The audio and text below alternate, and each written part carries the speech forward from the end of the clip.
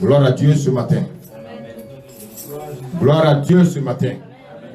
Gloire à Jésus ce matin. Dis à ton voisin, Dieu va te parler ce matin. Dis à ton voisin, Dieu va te parler ce matin.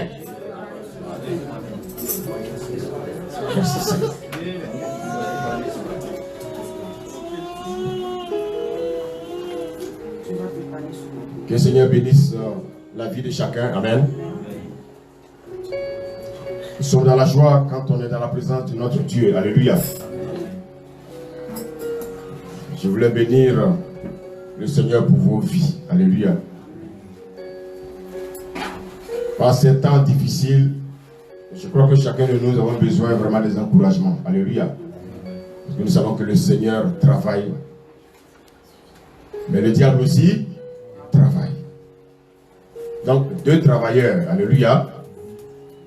Ma prière, c'est que tu choisisses, bien-aimé, le vrai rémunérateur. Alléluia. Il s'appelle Jésus. Est-ce que tu peux donner des acclamations ce matin à Jésus? Amen.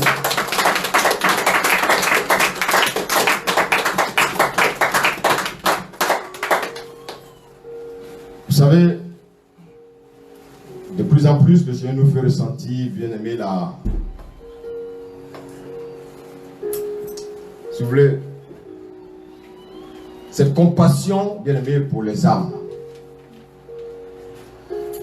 Et quand nous sortons de chez nous, bien-aimé, je ne peux pas dire si nous sommes en joie, bien sûr nous sommes en paix, quand on voit des gens, bien-aimés, qui sont dans des difficultés. Alléluia. Hier, j'étais au supermarché et j'ai rencontré un Français. Il dit français, on se comprend, alléluia. Et qui me disait ceci. Il me dit, mais le monde va de mal en pire. Je lui ai posé la question s'il connaissait le Seigneur. Il dit oui, il en a entendu parler comme ça parce qu'il a épousé une femme antillaise. Et puis il a commencé. Qu'il a été aux Antilles. Il a coulé les larmes. Pourquoi? Parce que la drogue a envahi la jeunesse aux Antilles. Il dit la drogue, les jeunes aux Antilles sont tous dans la drogue.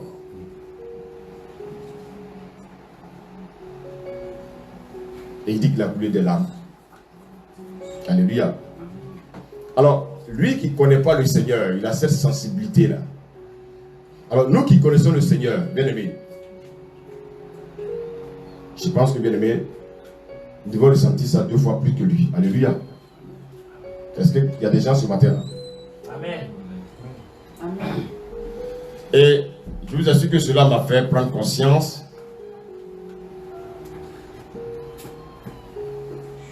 vraiment du rôle qui nous attend, nous, en tant que prédicateurs.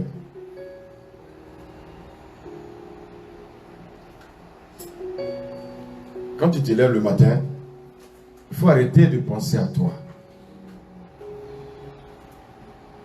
Pense à ceux-là qui souffrent. Pense, bien-aimé, à tes frères qui dorment dehors. Parce que, bien-aimé, de plus en plus, j'en vois des gens qui dorment dehors. Des gens qui sont à l'image de Dieu, qui dorment dehors. Alors que moi, je suis dans un lit chaud. Et cela m'a fait comprendre, bien aimé, que nous sommes vraiment dans le confort. Et que nous devons vraiment sortir de notre confort.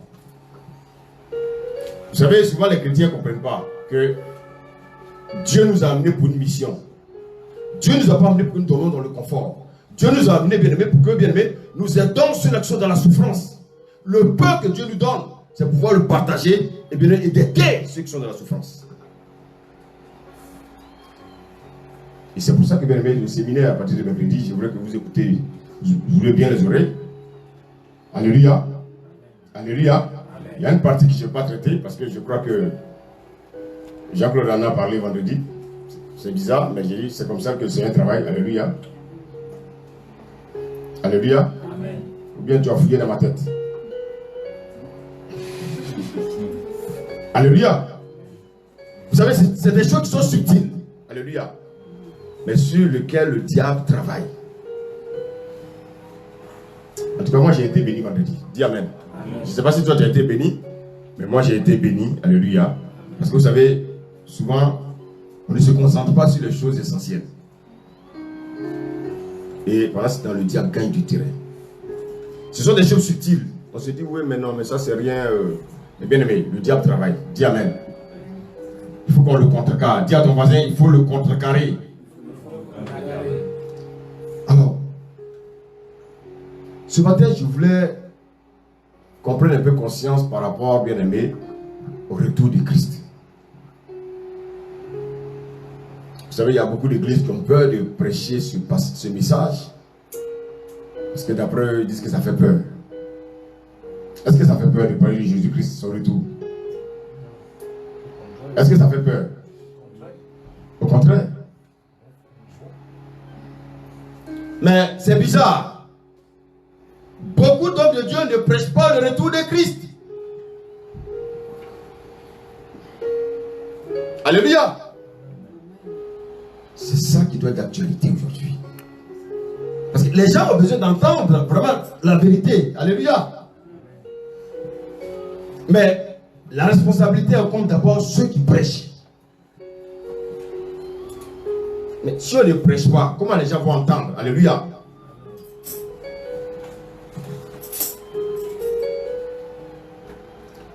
Nous devons comprendre, bien aimés, que nous approchons des temps difficiles. Alléluia. Et je voulais vous encourager ce matin pour vous dire que le salut, il est d'abord individuel. Le salut est une affaire individuelle. Alléluia. Moi, je ne peux pas me préparer pour vous. Vous ne pouvez pas vous préparer pour moi. Est-ce que je me fais comprendre? Malgré l'amour que j'ai pour vous, je ne peux pas me préparer à votre place. Vous aussi, vous ne pouvez pas vous préparer à ma place. Chacun doit se préparer. Je ne peux pas sauver à votre place.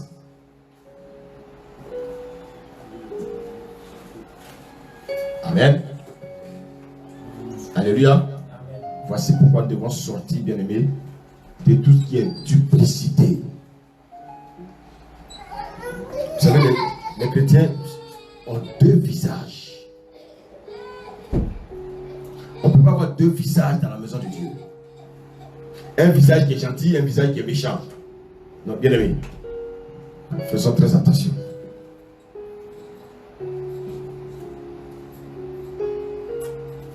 Deux visages. Un visage quand on est à l'église, et un visage quand on est dans le monde. Faites attention. Vous avez besoin de guérir de ça. Alléluia. Alléluia. Si je dis que j'aime ma soeur, je l'aime. Alléluia. Que ce soit à l'église, que ce soit hors, je l'aime. Mais je ne dois pas faire semblant. Et quand je prie pour un frère, ça doit être une prière qui est vraie.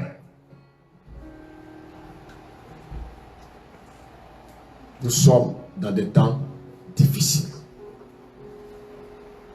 Et tout ce qui se passe autour de nous doit nous amener, bien-aimés, à prendre conscience que nous sommes dans des temps difficiles. Alléluia. Ma prière ce matin, je prie que vous soyez vrais.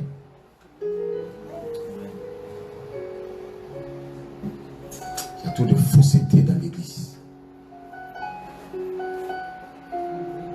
Je prie que vous soyez vrais.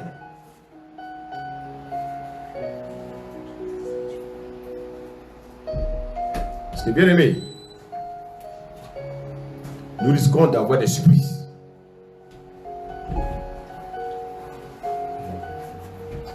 Nous sommes dans des moments où, bien aimé, nous devons prendre conscience, bien aimé, de notre vie chrétienne de manière individuelle.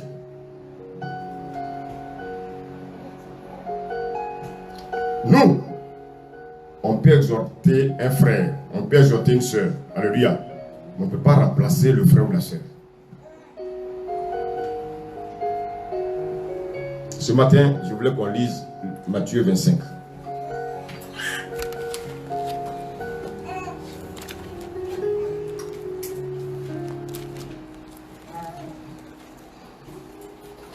À partir du premier verset jusqu'au verset 13. Est-ce que quelqu'un peut nous lire? Amen.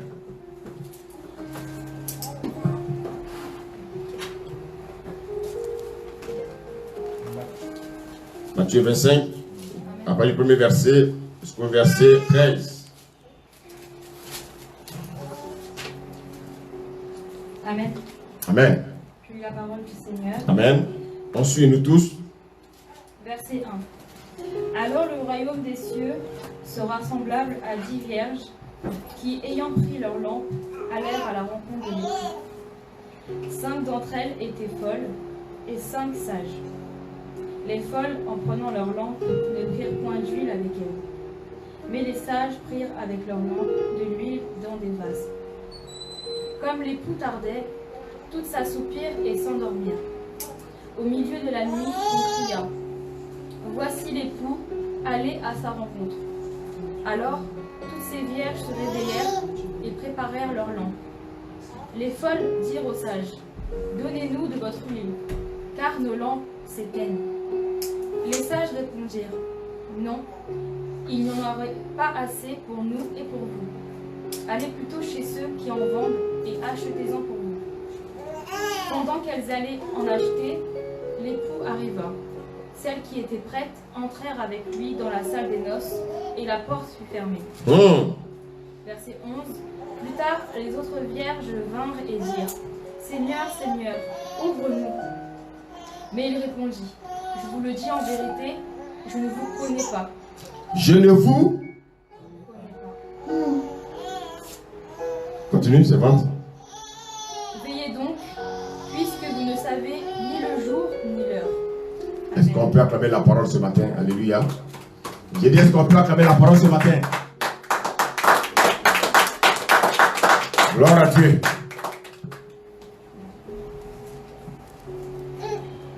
L'Esprit de Dieu me pousse encore à relire ce passage. La Bible dit, alors, le royaume des cieux sera semblable à 10 vierges.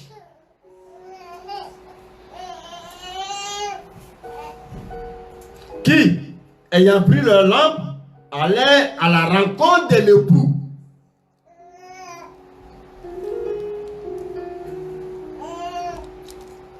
Est-ce que tu es prêt pour rencontrer ton époux? Le verset 2 dit, 5 d'entre elles étaient folles et 5 étaient sages. Oui, donc, imaginez que dans cette église, dans cette assemblée, bien aimé, vous avez 10 personnes. Et parmi les 10, il y en a 5 qui sont sages, et il y en a 5 qui sont folles.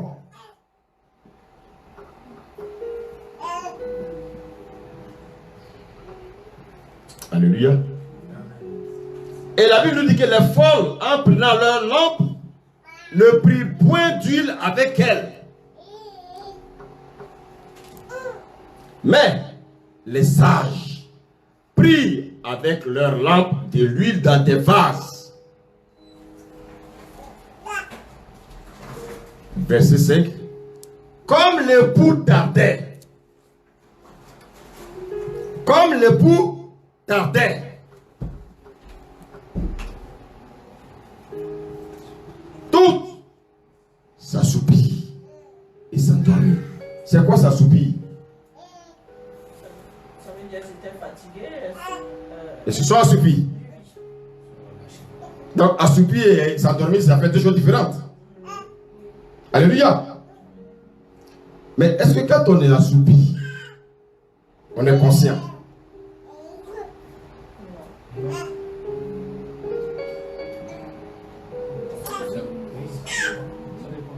Ça dépend. Alléluia.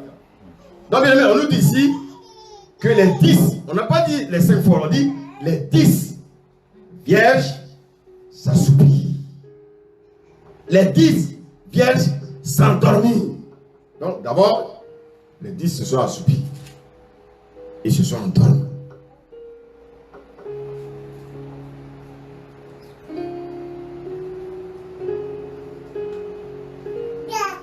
Alléluia. Je continue la lecture. Au milieu de la nuit, on cria. Qui a crié? Au milieu de la nuit, on cria. Bien-aimé, le cri du milieu de la nuit.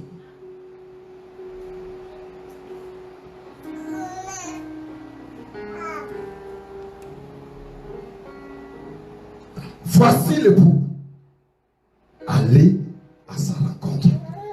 Alors, bien aimé, vous voyez que on a entendu un cri et qui doit aller vers le bout?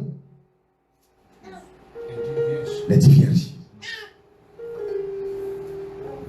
Donc, les 10 vierges doivent aller vers le bout.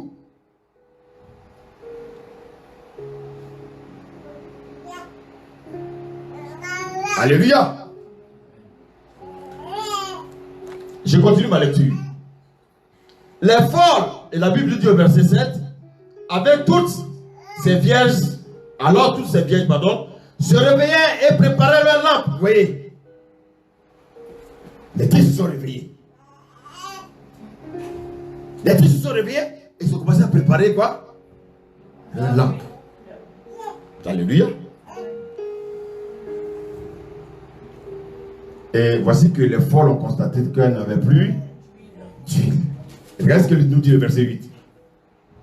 Les folles dirent aux sages, donnez-nous de votre huile, car nos lampes s'éteignent.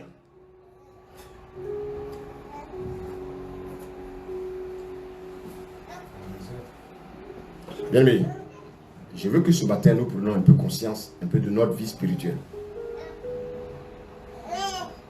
Vous savez, être chrétien, c'est pas courir d'église.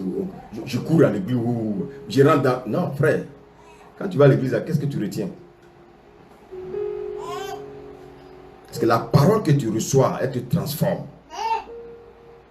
Parce que si c'est pour aller à l'église, le Seigneur n'en veut pas. Alléluia. Est-ce que vous ne voyez pas que l'église est dans la distraction?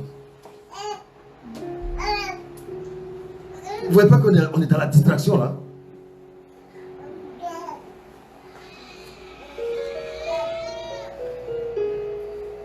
Et la Bible dit au verset 9, les sages répondirent, non, il n'y en aura pas assez pour nous et pour vous.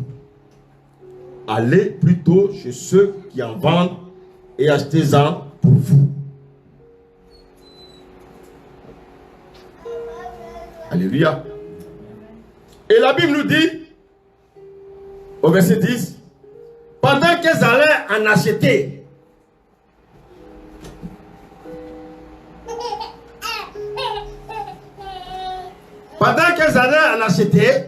alléluia, qu'est-ce qu'on va constater? Qu'est-ce qu'on va constater? L'époux arriva. L'époux arriva. On vous dit que l'époux arriva. Toi qui m'écoutes ce matin, si l'époux arrive aujourd'hui, est-ce que tu es convaincu que tu iras avec l'époux?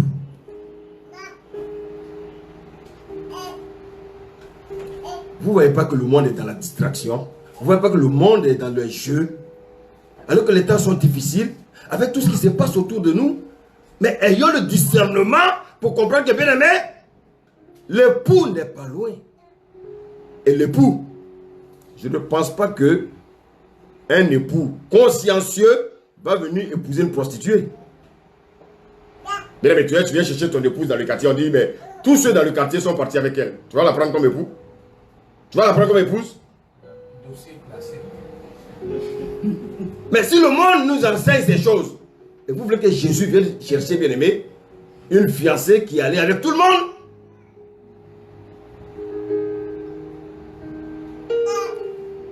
Bien-aimé, écoute-moi bien ce matin. Je dis, Jésus ne vient pas chercher une épouse bien-aimée, qui a couché avec tous les hommes dans le quartier.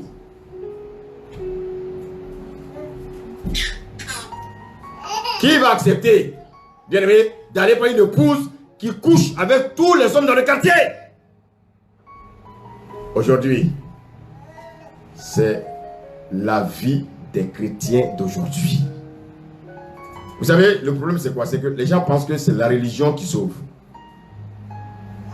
Mais les religieux sont des purs prostituées.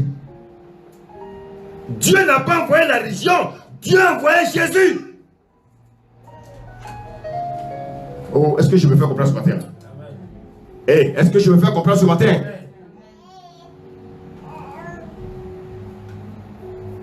Oui, j'ai bâti une église.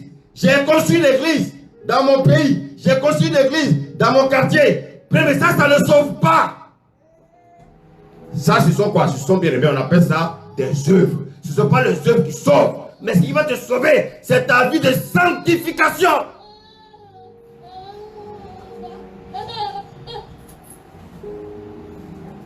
Oh, est-ce que je me suis fait comprendre ce matin? Amen. Bien aimé, le monde nous a trompés.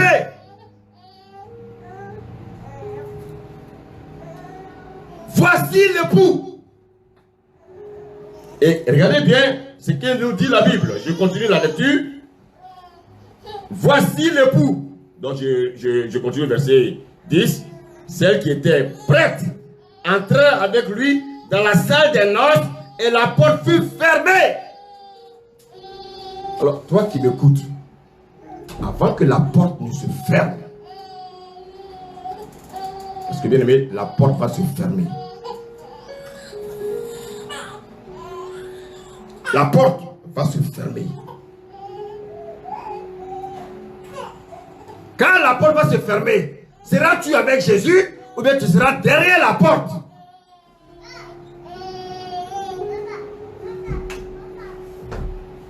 Alléluia.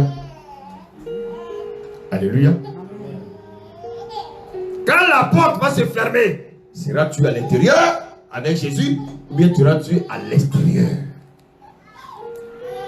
Il y a trop de distractions, bien-aimés. Nous vivons une apostasie, bien-aimés, qui ne dit pas son nom.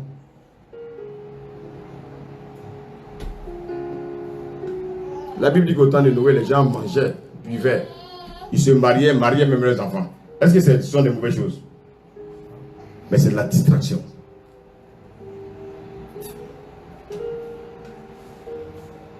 C'est de la distraction. Verset 11. Plus tard, les autres vierges vinrent et dirent, Seigneur, Seigneur, ouvre-nous. Verset 12. Mais il répondit, je vous le dis en vérité, je ne vous connais pas. Veillez donc, puisque vous ne savez ni le jour ni l'heure. Alléluia. Alléluia. Alléluia. Bien-aimé, personne ne connaît ni le jour ni l'heure du retour de Jésus.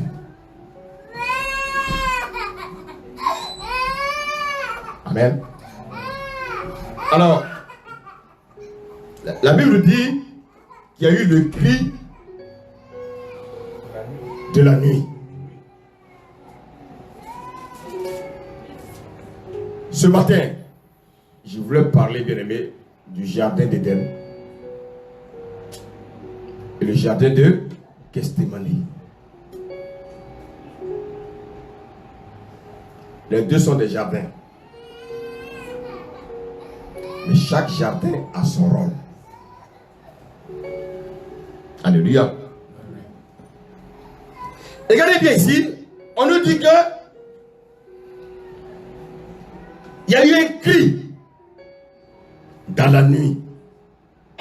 Et quand il y a eu le cri, quel a été le réflexe qui a suivi? Elle va faire quoi? préparé leur lampe. Elles se sont réveillées.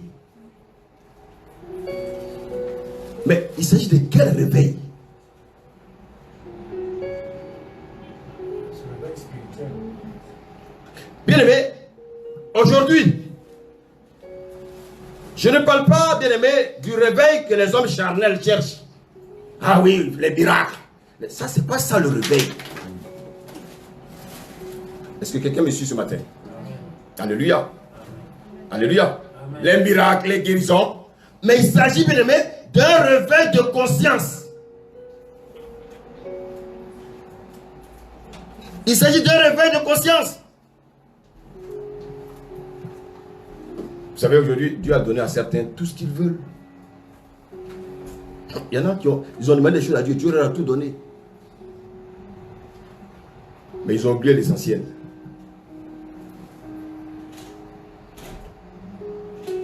Les gens veulent se limiter aux choses terrestres que Dieu leur a données. Non, il ne faut pas se limiter aux choses terrestres que Dieu nous a données. Bien aimé, nous devons bien aimer rechercher le royaume. Regardez la distraction.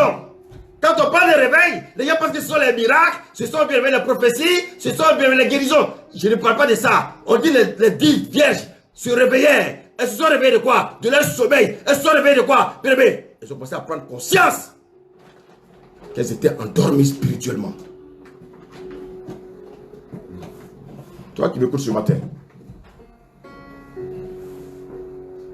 à quel niveau te situes-tu? Es-tu assoupi ou bien es-tu endormi?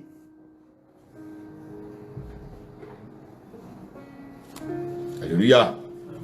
Alléluia. Alléluia. Il y en a qui ont demandé des choses à Dieu. Dieu leur a donné. Il y en a qui ont demandé des choses à Dieu. Ils attendent bien aimé ce que Dieu leur a promis. Et vous savez, pendant que je priais avant-hier, le Seigneur m'a fait comprendre qu'aujourd'hui, il retarde certaines bénédictions. Parce que les gens, une fois qu'ils ont leur bénédiction, les gens se moquent de lui, Dieu. Écoutez bien ce que je vous dis là. Hein. Il y a des bénédictions que Dieu dit, il retarde. Parce qu'il y en a qui se moquent de lui. Il y en a qui l'a béni. Les gens n'ont même plus le temps pour Dieu.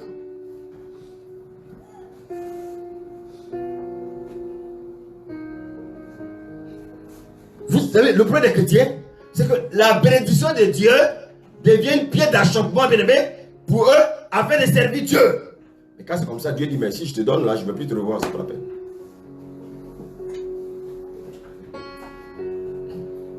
Alléluia. Si ce que Dieu me donne doit être un empêchement pour servir Dieu, c'est que, bien aimé, je n'ai rien compris. Je suis fou, comme c'est sage.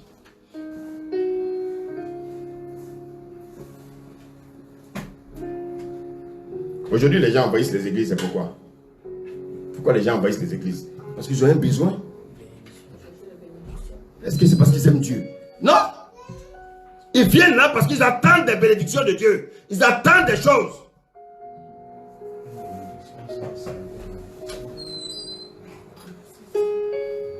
Alléluia. Ils attendent des bénédictions venant de Dieu. Mais bien aimé, ils n'aiment pas Dieu.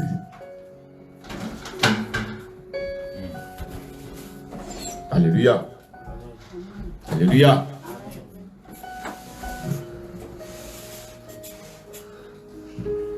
Écoutez, quelle que soit la bénédiction qui a été citée, ceux qui attendent les bénédictions, ceux qui l'ont déjà reçu, le Seigneur veut que tu fasses une constatation de ta vie spirituelle.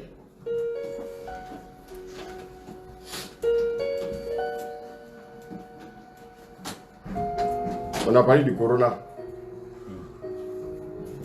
Aujourd'hui, les églises sont pleines. Les gens attendent, bien aimé, qu'il y ait le cri de minuit avant de venir à l'église. Les gens attendent qu'il y ait des problèmes avant de chercher Dieu. Est-ce que je parle à quelqu'un ce matin? Ce matin, Dieu veut t'amener. Alléluia. Alléluia. Amen. Alléluia. Amen. Alléluia. Amen. Dieu veut que tu, bien aimé, que tu prennes conscience de ta vie spirituelle.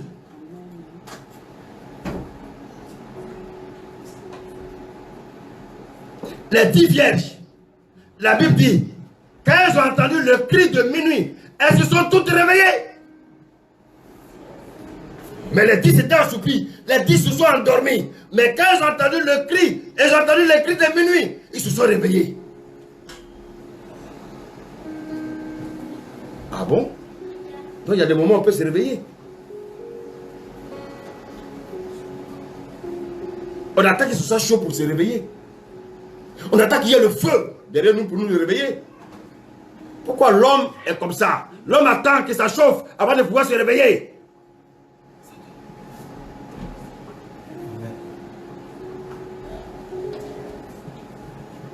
Les chrétiens sont assoupis. Si vous êtes sincère ici, là, vous qui êtes mariés, dites-moi la vérité. Combien de temps vous passez dans la prière chez vous à la maison? S'il y en a qui sont sincères, ils vont le dire. Dans la distraction. Oui, ce sont les enfants m'empêchent. Les enfants m'empêchent. Les enfants m'empêchent. Tu as besoin des enfants à Dieu. Dieu t'a donné des enfants. Aujourd'hui, les enfants t'empêchent de prier. Ça veut dire que tu es devenu, tu es comme une vierge folle.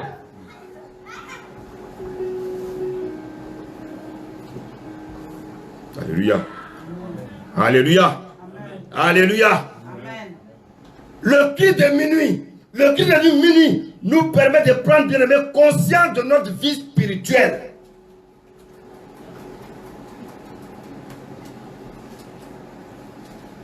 Et ce qui me plaît, c'est qu'aujourd'hui, chacun de nous sait à quel niveau spirituel il est. Ça, je n'ai pas besoin d'aller prier le Seigneur pour qu'il me montre. Chacun de nous sait. Moi, le premier, c'est pas parce que je prêche, frère. Mais moi aussi, j'ai besoin aussi d'entretenir ma lampe.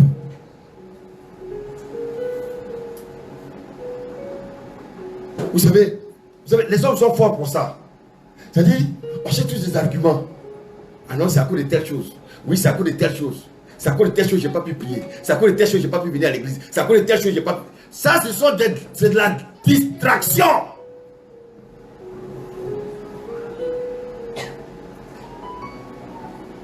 Mais tu n'as jamais d'empêchement.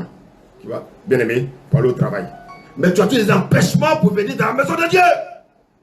C'est de la distraction.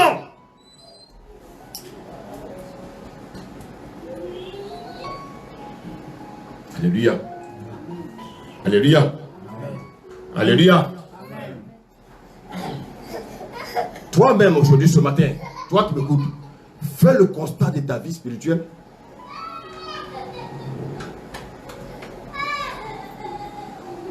Fais le constat. Vraiment, ma prière, c'est que vraiment tous les prédicateurs commencent à prêcher bien, mais le retour de Christ, afin que l'église commence à prendre conscience qu'elle doit se réveiller.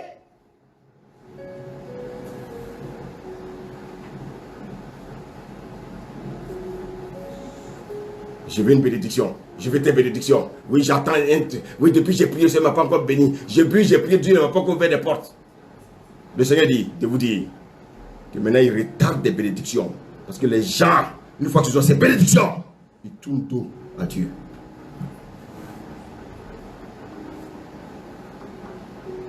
Et ce qui me fait rire souvent, quelle bonne bénédiction.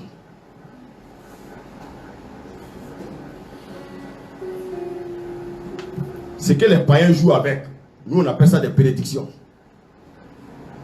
On devrait chercher les bénédictions spirituelles. Il n'y a même pas parmi vous qui déjà qu'on dit, ah je vais gêner pour que Dieu me donne tel don spirituel. Non, mais on prie pour des choses de la terre. Seigneur, je vais prier pour que tu me donnes un don de prophétie. Seigneur, je vais prier pour que tu me donnes le don de discernement. On ne va pas prier pour ces choses. On va prier parce qu'on veut une voiture. On va prier parce qu'on veut une femme. On va prier parce que, bien aimé, on veut un travail. Mais bien aimé, ce sont des choses terrestres.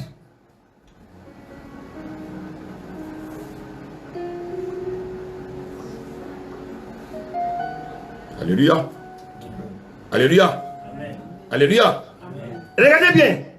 Les vierges folles. C'est après le cri de minuit qu'elles se sont rendues compte qu'elles étaient vraiment folles.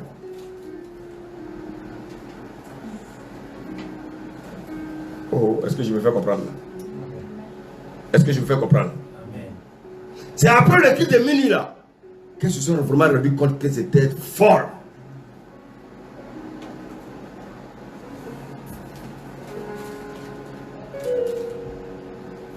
Mais si le Seigneur nous parle, bien aimé, de ce passage-là dans Matthieu 25, mais il sait de quoi il parle.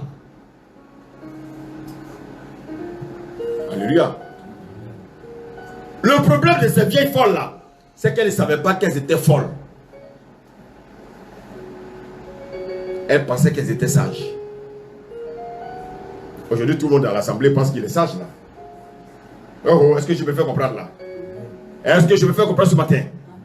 J'ai dit, tout le monde pense qu'il est sage là. Alléluia. Mais quand il y aura le cri de minuit, les folles sauront qu'elles sont folles.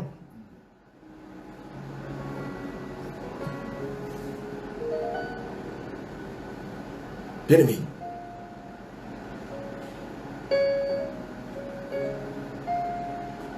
Après le cri de minuit, elles se réveillaient. C'est-à-dire, ils se sont tous réveillés là. Boum.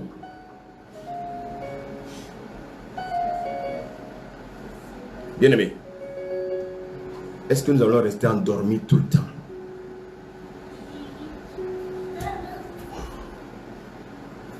Vous savez, souvent je dis au Seigneur, mais Seigneur, mais pourquoi on se retrouve dans une assemblée? Mais chacun peut vivre sa vie chrétienne comme il le veut. Et puis au dernier jour, toi-même tu feras ton choix. Puisque tout le monde pense qu'il est sage. Mais effectivement, c'est parce qu'il y a des folles qu'on se retrouve là. Alléluia. Afin que les folles prennent conscience qu'elles sont folles.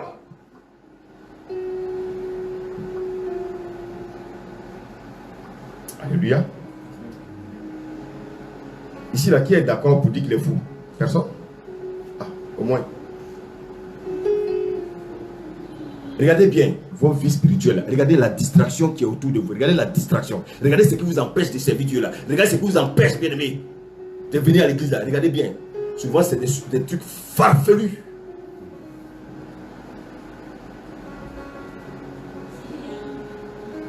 Alors, tu vas aller dire à Jésus, non, il n'y avait pas de bus. Tu vas aller dire à Jésus, je ne venais pas à l'église parce qu'il n'y avait pas de bus. Jésus va te dire, mais il n'y avait pas de bus. Et moi, Jésus, je marchais de village en village.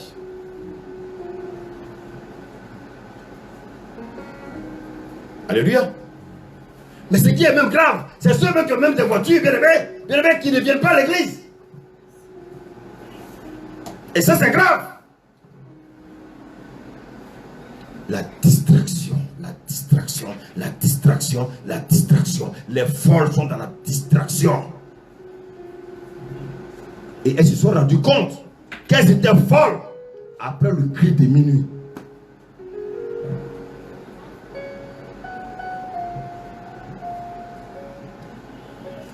Alléluia. Alléluia. Amen. Elles se sont rendues compte qu'elles n'avaient plus d'huile dans leur lampe. Toi qui m'écoutes ce matin, est-ce que tu as encore de l'huile dans ta lampe?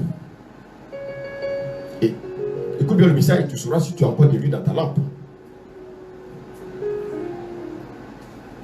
Est-ce que tu as encore de l'huile dans ta lampe?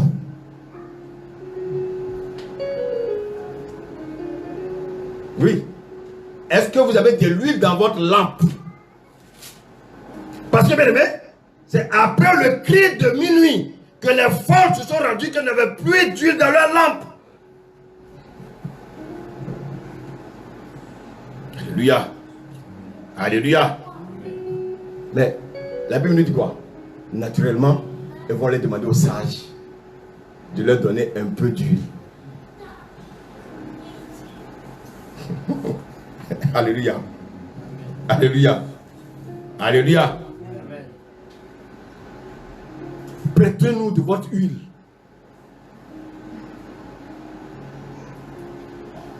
Oh, oui.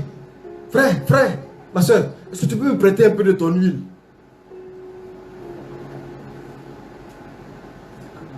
Alléluia. Alléluia. Il faut faire quelque chose pour nous. On n'a plus d'huile. On n'a plus d'huile dans notre lampe. Notre lampe va s'éteindre. Est-ce que vous pouvez nous passer un peu d'huile? Est-ce que vous pouvez nous dépanner? Alléluia. Quelle a été la réponse des vieilles sages? Non. Je vous pose la question. Donc elles sont méchantes alors. Elles n'ont pas l'amour. Elles refusent de partager avec leurs sœurs.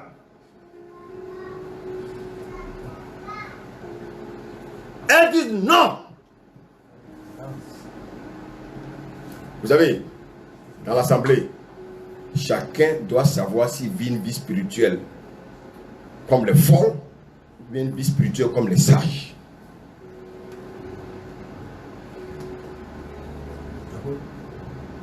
Pour moi, lui, il a pas partagé. Pourquoi? Parce que c'est comme le salut. Le salut, on ne peut pas partager, c'est le bien. Donc c'est impossible de partager. Je ne peux pas dire, Jean-Claude, pardon, sauve-toi à ma place. Mais écoutez bien, c'est pas parce qu'elles ne peuvent, c'est pas parce qu'elles ne veulent pas partager, mais parce qu'elles ne peuvent pas.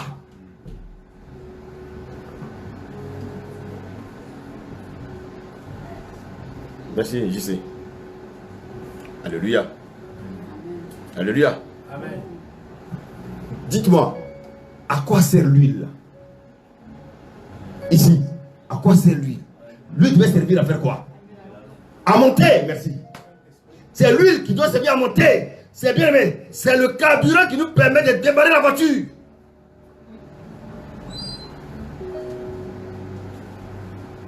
Vous n'avez pas d'huile, vous ne pouvez pas être enlevé. C'est l'huile qui nous permet d'être enlevé. Et toi, tu n'as plus d'huile et tu me dis, moi, de te donner un peu d'huile. Non, mais la quantité que j'ai là, c'est la quantité qu'il faut pour pouvoir monter. Donc, si j'enlève un peu pour te donner, je ne peux pas monter. Si je te donne un peu, nous, on va rester.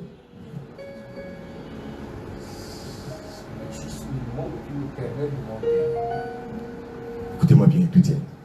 Vous ne voyez pas que le Seigneur vous bénit dans la parole? Vous n'êtes pas conscient de ça? Mais souvent, j'ai l'impression que vous n'êtes pas conscient de ça. Vous voulez qu'on vous donne un message yo-yo? Mais encore vous les cherchez. On va venir parler des bénédictions, bénédictions, bénédictions, et puis on rentre chez nous. Hein? Et puis au dernier jour, personne n'aura d'huile dans sa lampe.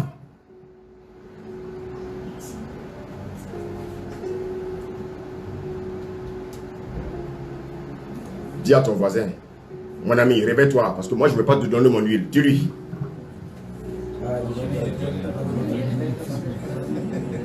Dis-lui que l'huile, ça ne se partage pas. Alléluia. Alléluia.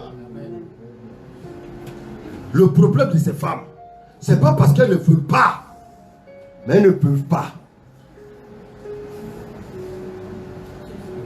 Alléluia. Alléluia. Moi, j'ai mes 2 pieds pour marcher. Toi, tu n'as pas 2 pieds. Tu me dis de couper mes 2 pieds pour te donner. Je vais marcher comment? Même malgré l'amour que j'ai pour toi, moi, je vais marcher comment? Nous, tous les footballeurs, toi, tes 2 pieds sont coupés. Et tu veux me voir, est-ce que tu peux me donner tes 2 pieds? Mais comment je vais jouer au football?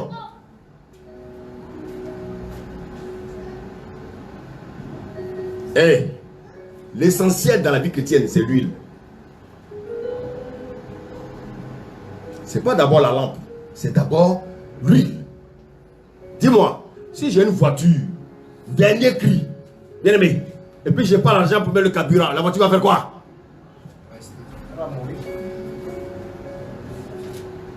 Ça, c'est comme ça que les chrétiens font. Ils ont la voiture, mais il n'y a pas de carburant dedans. Est-ce que quelqu'un me suit ce matin? Alléluia. Donc le problème des sages, ce n'est pas parce que elles ne veulent pas, mais c'est parce qu'elles ne peuvent pas. On ne peut pas partager l'huile.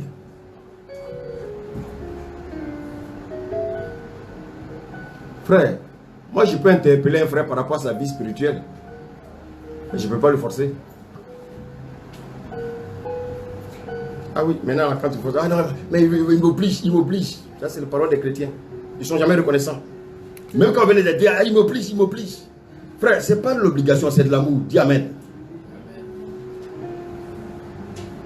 Alléluia. Mais, en fait, c'est quoi cette huile-là? Cette huile-là? Est-ce que c'est le Saint-Esprit ou bien c'est quoi? Même si c'est le Saint-Esprit, est-ce que je peux distribuer le Saint-Esprit?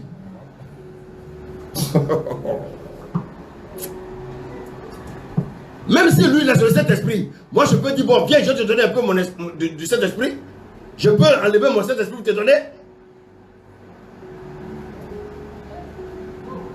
Donc, bien aimé, vous voyez que là, les vieilles folles, elles posaient une question, bien aimé, qui était, d'après les gens au pays, ils disent, frère, une question difficile.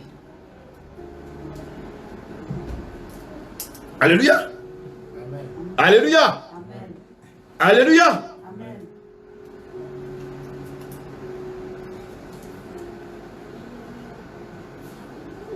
Maintenant, bien aimé, où est-ce que vous prenez l'huile? On va prendre Isaïe. Prenons Isaïe rapidement. Isaïe 63, verset 1 à 3.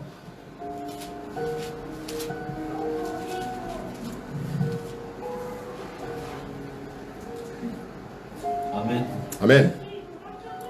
Ésaïe 63, verset 1. À 3. Qui est celui qui vient d'Édom, de Bosra, en vêtements rouges, en habits éclatants, et se redressant avec fierté dans la plénitude de sa force? C'est moi qui ai promis le salut, qui ai le pouvoir de délivrer. Verset 2. Pourquoi tes habits sont-ils rouges et tes vêtements comme les vêtements de celui qui foule dans la cuve? J'ai été le seul à fouler au pressoir, et nul homme d'entre les peuples n'était avec moi. Je les ai foulés dans ma colère, je les ai écrasés dans ma fureur, leur sang a jailli sur mes vêtements, et j'ai souillé tous mes habits. Alléluia. Amen. Vous savez comment est-ce qu'on fabrique l'huile d'olive? Vous savez comment ça se fabrique? On le met dans un broyeur. Alléluia. Et on presse. On presse. On presse. Il y a un tuyau en bas pour recueillir l'huile. Alléluia. C'est comme ça que, bien aimé, le Seigneur veut que ta vie soit pressée. Tout ce que Jésus est venu faire là, c'est nous aussi on doit passer par là. Il faut que ta vie soit pressée, frère. On va te presser ta vie. L'huile ici, c'est ta vie.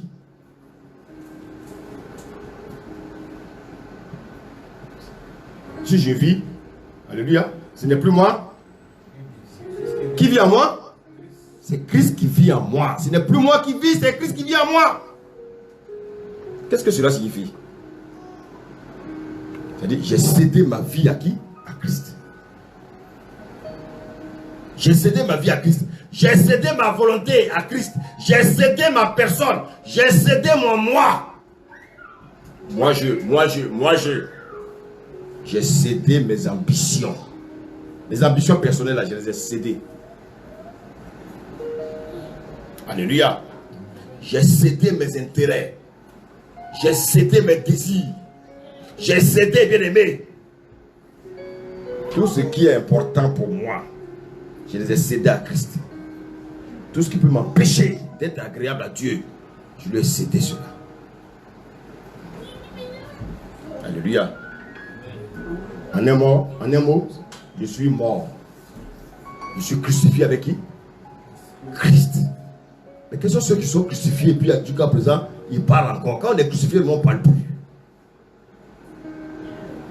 Ce n'est plus moi qui vis, c'est Christ qui vit en moi. Donc si Christ vit en moi, comment se fait-il que il y a deux bouches en moi? Il y a un qui parle, il y a un qui dit non, non.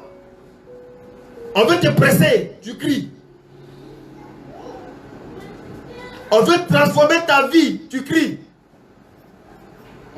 Alléluia. Qu'est-ce qu'il va dire à l'église de Laodicée? Voici l'église. Vous savez ce que ça veut dire Laodicée? La volonté du peuple. Laodicée, ça veut dire la volonté du peuple.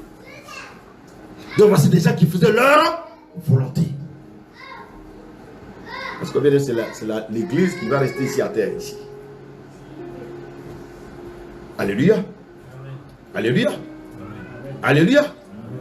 Maintenant, bien aimé, on va aller maintenant dans Matthieu. Allons dans Matthieu 26. À partir du verset 30, S'il vous plaît.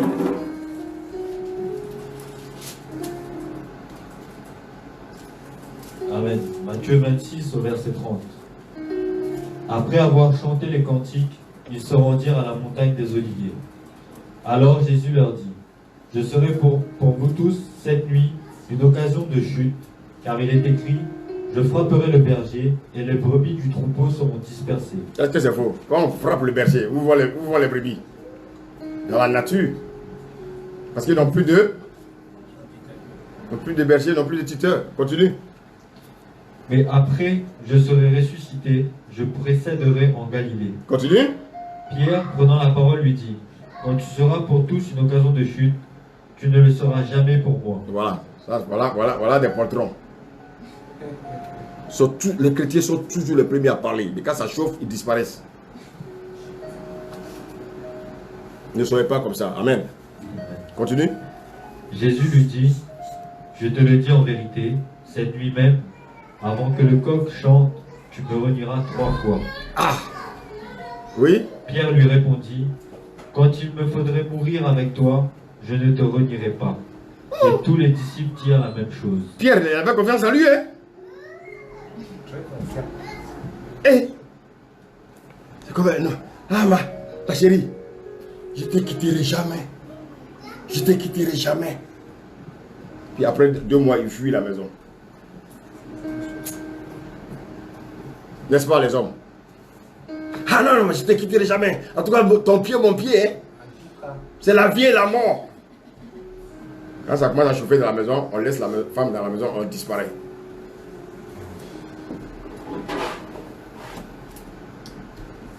Que le Seigneur nous aide. On continue la lecture. C'est pas fini. Verset 36. Oui. Là-dessus, Jésus alla avec eux dans un lieu appelé Gethsémané. Gethsémané. Et il dit aux disciples, asseyez-vous ici pendant que je m'éloignerai pour prier. Il prit avec lui Pierre et les 2 fils de Zébédée, et il commença à éprouver de la tristesse et des angoisses. Il leur dit alors, mon âme est triste jusqu'à la mort, restez ici et veillez avec moi. Puis, ayant fait quelques pas en avant, il se jeta sur sa face et pria ainsi, mon Père, s'il est possible que cette coupe s'éloigne de moi. Mon Père, s'il est possible que cette coupe s'éloigne de moi. Toutefois, non pas ce que je veux, mais ce que tu veux. Continue. Et il vint vers les disciples, qu'il trouva endormis, et il dit à Pierre, vous n'avez pas pu veiller 1 heure avec moi? Veillez et priez, afin que vous ne tombiez pas dans la tentation. L'esprit est bien disposé, mais la chair est faible. Continue. Il s'éloigna une seconde fois et pria ainsi, mon Père, s'il n'est pas possible que cette coupe s'éloigne, sans que je la boive, que ta volonté soit faite. Il revint et les trouva encore endormis, car les yeux étaient appesantis. Il les quitta et, s'éloignant, il pria pour la 3e fois, répétant les mêmes paroles. Puis il alla vers ses disciples, il leur dit, vous dormez maintenant et vous vous reposez. Voici, l'heure est proche, et le Fils de l'homme est livré aux mains des pécheurs. Levez-vous, allons, voici celui qui me livre s'approche. Est-ce que la parole est merveilleuse? Alléluia. Amen. Alors, bien aimé. Jésus s'est retrouvé dans le jardin de Gethsémané. Mais à 3 reprises, il a dit quelque chose. Qu'est-ce qu'il a dit? On vient de lire là. À 3 reprises, il a dit une parole. Qu'est-ce qu'il a dit? Père, si cela est possible, éloigne-moi de cette coupe. Quand le Seigneur nous envoie les épreuves, alléluia, on prie pour que les épreuves s'éloignent de nous. Mais on ne pose pas la question au Seigneur, Seigneur, pourquoi tu permets cette épreuve dans ma vie? Je vais vous donner un conseil. Quand vous priez pour un sujet et que vous n'avez pas le résultat, posez maintenant la question à Dieu, mais Seigneur, qu'est-ce qui bloque ma situation? Est-ce que quelqu'un me suit? Il va vous le révéler tout de suite. Vous avez prié pour le même sujet pendant 6 mois. Aucune réponse. Il suffisait simplement de demander au Seigneur, mais Seigneur, pourquoi c'est bloqué? Il va vous dire, voici le péché qui bloque.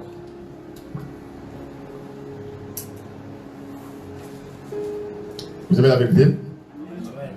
Vous avez la vérité, non? Frère, il y a des personnes qui devaient recevoir la bénédiction depuis. Mais ils ne savent pas pourquoi c'est bloqué. Le Seigneur va simplement te dire non. Ta manière de parler là, ça ne me plaît pas. Quand tu vas changer, tu auras ça. Alléluia. Alléluia. Amen. Mais quand il a dit au Père que cette couche se loin de moi, est-ce que le Père a répondu? Non. Ah, le Père aussi. Ton fils est dans la souffrance, tu ne réponds pas. Est-ce que c'est un bon Père? Gethsémane. Vous savez ce que ça veut dire Gethsémane? Broyeur d'olives. Alléluia. Alléluia. Quand on rentre à Gethsémane, alléluia, Dieu doit nous broyer.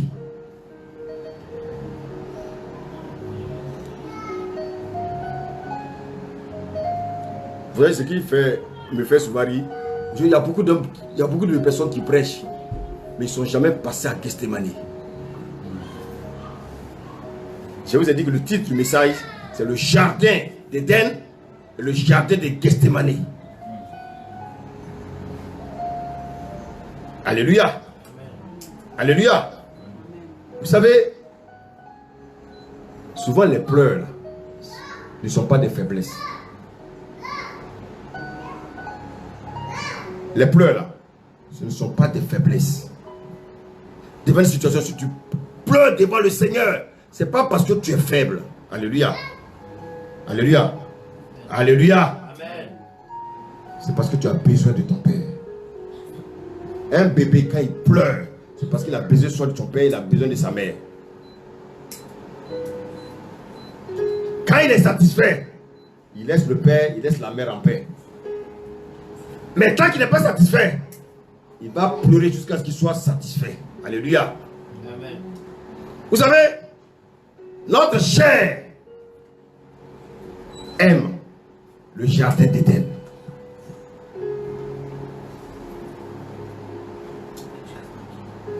Je commence mon message maintenant. Notre chair là, notre chair aime le jardin d'Éden.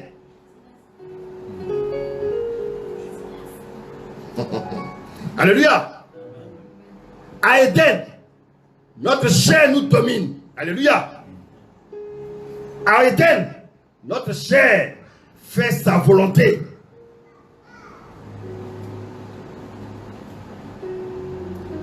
Est-ce que quelqu'un me suit? Amen. À Éden, on désobéit à la parole de Dieu.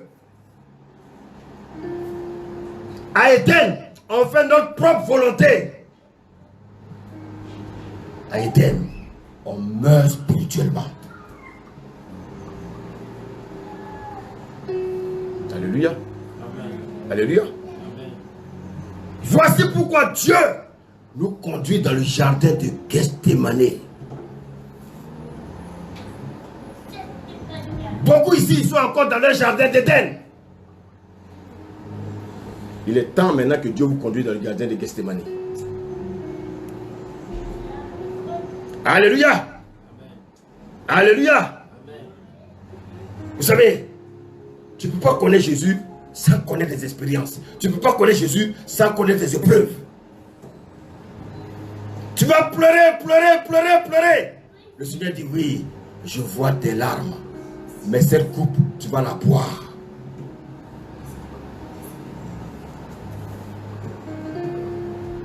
Nous, nos enfants, quand ils pleurent, qu'est-ce qu'on fait? On court tout de suite, on fait quoi? Ça, c'est à Éden, ça, Éden. À Éden, il y a les bébés là-bas. À Éden, c'est le confort. Adam et Ève étaient dans le confort. Ils avaient tout.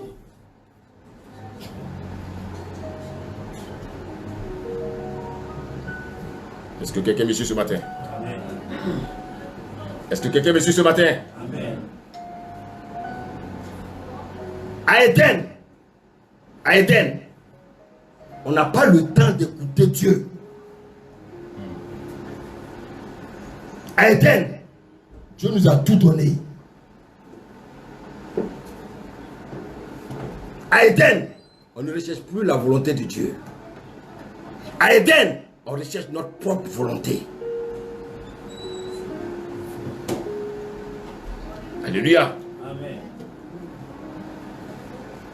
Dieu doit te conduire dans le jardin de Gethsémane afin que tu meurs.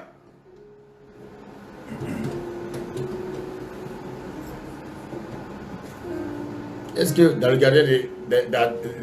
jardin d'Éden, Adam a crié? Non. Adam avait tous les arbres, il mangeait tout ce qu'il voulait. Il avait des fleuves, il avait tout. Dieu même lui a donné une femme. Adam était dans le confort. Alléluia.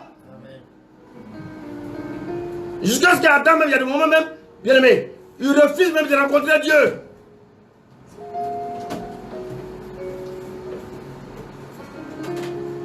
Alléluia. Amen. Alléluia. Amen. Toi qui m'écoutes ce matin, Dieu doit te conduire, le Saint-Esprit doit te conduire dans le jardin de Gethsémane. Tu es resté longtemps dans le jardin d'Éden. À Éden, tu continues à faire ta volonté. Il est temps, bien-aimé, il est temps que Dieu te conduise dans le jardin de Gethsémane.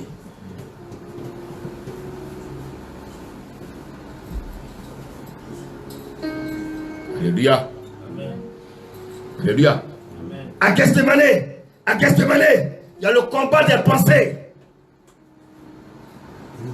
À Éden, chacun fait ce qu'il veut. À Éden, chacun écoute sa chair. À Éden, on écoute ce que le diable nous dit. Mais à Gethsémane, je dis à Gethsémane, il y a un combat.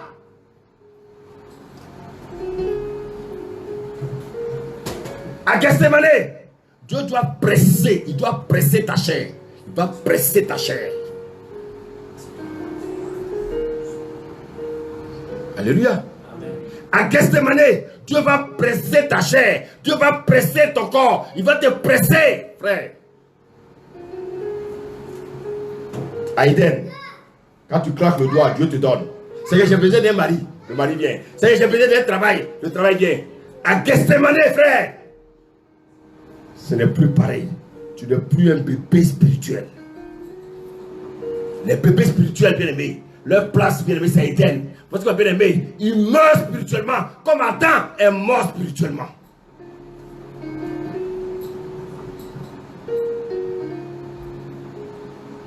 Il y a beaucoup qui sont dans le confort ici. Là. Vous êtes dans le confort. Vous êtes dans le confort, n'est-ce pas? Vous êtes dans le confort. Le confort, c'est Éden. Alléluia. Garde ton nom, hein. On ne change pas ton nom. Alléluia. Alléluia. Oui, il y a des messages, il n'y a pas d'amen, hein. Alléluia. Vous n'allez pas mourir à Éden. Il est temps de sortir d'Éden. Éden, ce sont les bébés spirituels qui sont à Éden. Alléluia. Alléluia. Alléluia. À Gethsémane, ton âme doit être frustrée. Ton âme doit être triste. Comme l'âme de Jésus était triste. Ton âme doit être triste. Écoutez-moi bien. Éden. Éden. C'est pour le premier Adam. Éden. Éden. C'est quand tu marches dans la chair. Alléluia. Mais il y a un moment, Dieu veut que tu marches maintenant par l'esprit. Mais pour que tu puisses marcher par l'esprit, il va te conduire à Gethsémane.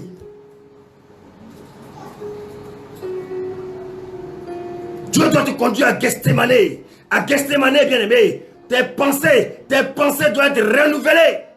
Ton intelligence doit être renouvelée à Gethsémane. À Gethsémane, quand tu cries, Dieu n'entend pas. À Éden, quand tu cries, Dieu descend.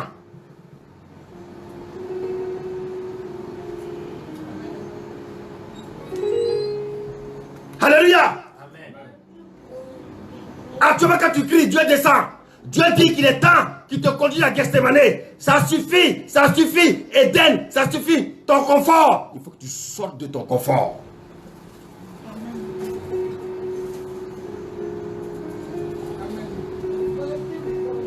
Alléluia.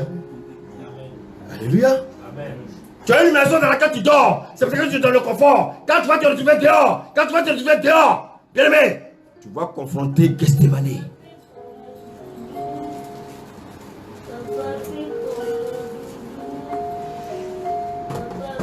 Alléluia. Gethsemane. Il est temps, bien aimé, que nous rejoignions Gethsemane. Longtemps nous sommes restés à Éden. On nous a cajolés, on nous a caressés. C'est le temps maintenant, bien aimé, de grandir.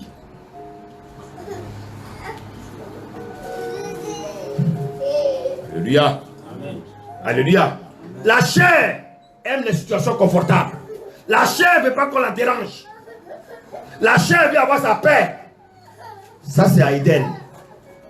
Parce qu'on a bien aimé, à Éden, on désobéit à la parole de Dieu. À Éden, on meurt spirituellement. Bien aimé.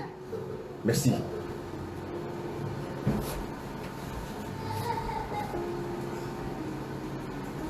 Beaucoup ne sont pas encore morts spirituellement. Bien aimé. Beaucoup sont encore, bien aimés, dans le confort. Vous avez votre position d'Éden, vous aimez ça.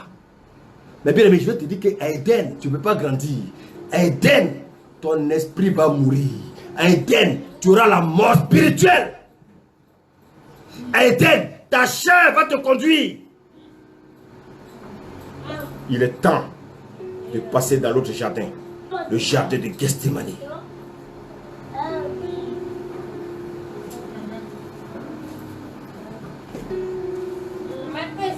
À Éden, quand j'ai besoin de lait, on met le biberon dans ma bouche.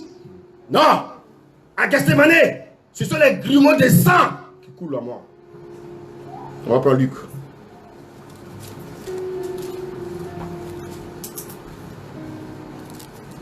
Luc 22.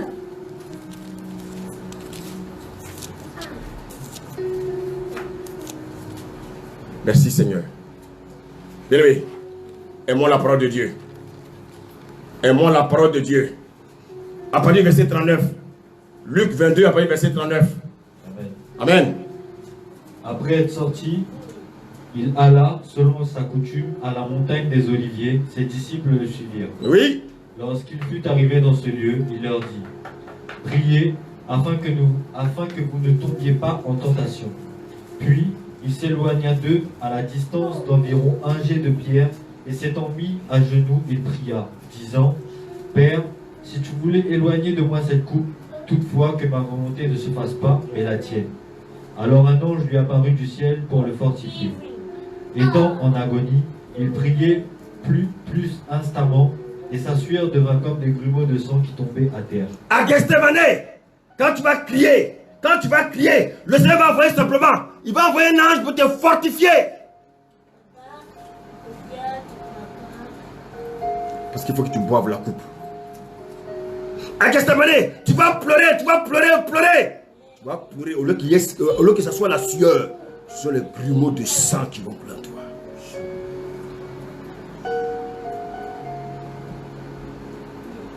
Vous ne voulez pas grandir. Vous voulez toujours rester à Éden pour qu'on vous serve le lait. Vous voulez rester à Éden pour manger le fruit que vous voulez. Dieu dit non, il y a un moment, c'est moi qui dois vous donner le fruit. Et ce fruit, je ne peux que le donner à Gethsemane. À Gethsemane, quand tu cries, personne n'entend. À Éden, quand tu cries, Dieu descend pour te sauver. Mais à Gethsemane, Dieu te dit: je t'envoie un ange pour te fortifier. Mais cette coupe, tu vas la boire. Vous voulez grandir dans le Seigneur sans boire sa coupe? Vous ne connaissez pas le Seigneur. Vous ne connaissez pas encore le Seigneur. Le grand Jésus, la Bible nous dit, bien aimé, la Bible dit, au lieu que ce soit la sueur, ce sont des grumeaux de sang pour ton problème, bien aimé. ton problème ne va pas se résoudre à Éden. Le Seigneur t'attend à Gethsémani pour régler ton problème.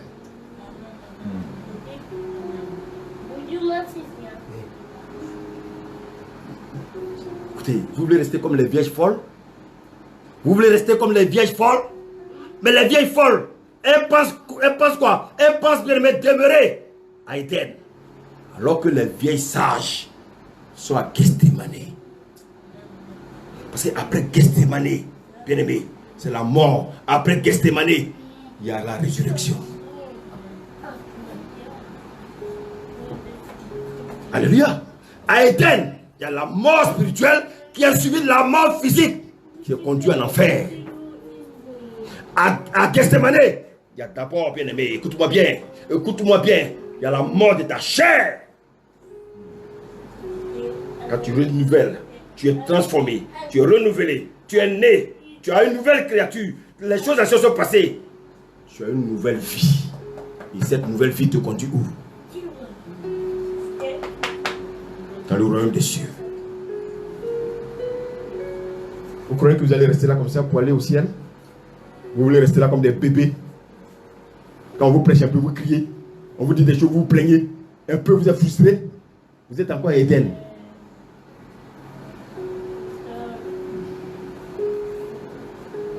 Vous ne voyez pas que vous dormez trop? Vous ne voyez pas que vous êtes tous dans un confort? Ça dit quoi? Le travail à la maison dodo. Le travail à la maison dodo.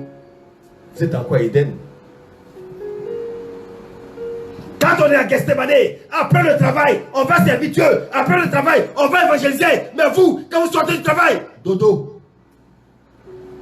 Ah, je me sens trop fatigué. C'est Dieu qui t'a envoyé où tu es parti? Tu es allé chercher pour voir ce que tu veux manger. Et Dieu dit, je te donne à manger. Mais n'oublie pas qu'il y a aussi ma nourriture. L'homme ne se nourrit pas seulement de... mais de tout ce qu'il fait quoi? Pourquoi vous faites pour César? Vous faites le travail de Macron. Vous ne voulez pas faire le travail de Dieu. Ça aide, on a ces pensées-là. On sort du travail, on court. Je vais rentrer à la maison. Je vais rentrer à la maison. Mais tu as fini le travail de Dieu. On vous prêche toujours la même chose. Hein? Le Seigneur me dit, va le prêcher Gethsémani. On va savoir ce qui se passe à Gethsémani. Dieu peut te bénir tout de suite là. Mais les autres bénédictions sont fermées. Pourquoi? Parce que tu n'as pas encore compris bien, mais tu veux rester à Éden.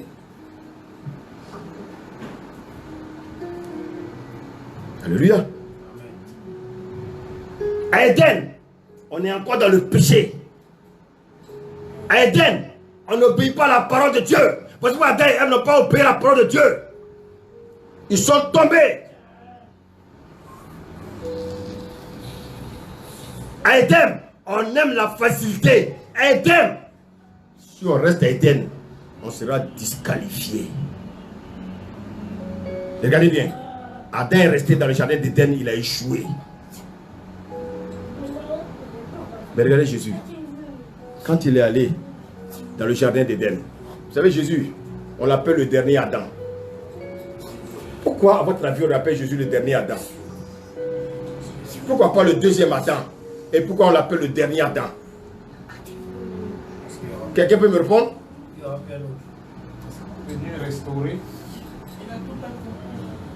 Parce que les Adam, N plus 1, alléluia.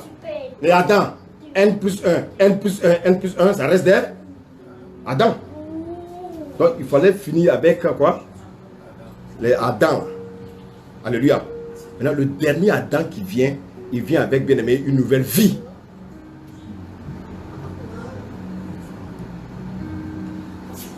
Alléluia.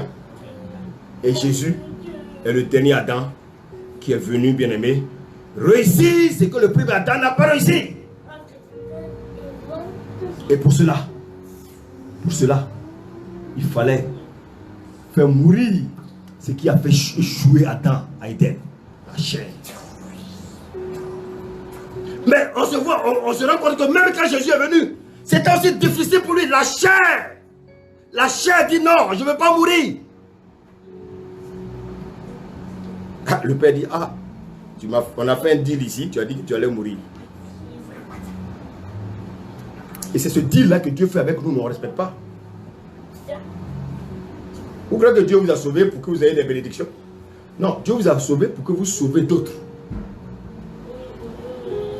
Dieu vous a sauvé pour que vous ayez des maisons, des voitures. C'est ce que Dieu vous a dit. Dieu ne vous a pas sauvé pour ça.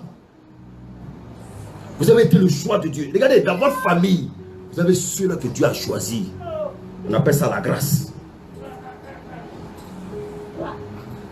Pourquoi quand on annonce l'évangile à nos parents, ils refusent? Et puis toi, tu as accepté. C'est pas tes propres forces. Non, c'est par la grâce de Dieu que Dieu t'a choisi. Mais il t'a choisi pourquoi? Il t'a choisi pour que il s'investisse en toi, pour que tu ailles parler à tes parents. Mais toi, tu fais le contraire. Toi, tu cherches les bénédictions de la terre. Tes parents cherchent les bénédictions de la terre. Toi, tu cherches les bénédictions de la terre. Qui va les sauver? Qui va les sauver? Chacun de nous, entre guillemets, est un Joseph de sa famille. Mais pour cela, pour comprendre ces choses, il faut que tu passes par Gethsémane. Si tu ne passes pas par Gethsémane, toi et ta famille, vous allez périr. Oh Dieu, il dit sa volonté, c'est que personne ne périsse. Mais il veut passer par qui? Il veut passer par ta mère pour sauver sa famille. Et pour cela, ta mère doit passer par Gethsémane. Il doit souffrir pour que ses parents soient sauvés. Mais nous, on ne veut pas payer le prix. Non. Quand nos parents nous insultent, on les insulte aussi. Les parents n'ont pas bien des juges. Eux, ils peuvent nous insulter. Nous, on doit accepter. Si on n'accepte pas, c'est qu'on n'est pas encore passé par Gethsémane. On est encore à Éden. Bien aimé, c'est à Éden on boit le lait. C'est à Éden on accepte, bien aimé, de désobéir à Dieu. Mais à Gethsémane, bien aimé, notre chair n'a plus sa place. Jésus dit, oh Seigneur, c'est difficile. Oh Seigneur, je ne peux pas boire cette coupe. Je dis, quoi? Tu la boiras. Alléluia. Alléluia. Amen. Bien-aimé, la chair doit mourir. La chair doit mourir. Mais à un moment, Jésus, il a dit, mais il a dit à ses disciples, mais vous dormez encore? Oui, les gens dorment. Vous n'avez même pas pu prier pendant 1 heure. Les nombreux mariés qui sont là, je vous pose la question. Il y a quel couple ici qui prie plus d'1 heure? Il dit au moins 1 heure. C'est-à-dire le minimum que Dieu te demande, c'est 1 heure. Quel est le couple aujourd'hui qui lui dit qu'il peut prier 1 heure au moins? Regardez souvent les futilités dans lesquelles nous sommes. Ça dépasse plus d'1 heure. On doit plus se concentrer. Prier pendant 1 heure. Prier même pour... Chérie, aujourd'hui on prie pour ta famille. Demain on prie pour ma famille. Est-ce qu'on fait ça? Non. Ce qui vous intéresse, c'est vous.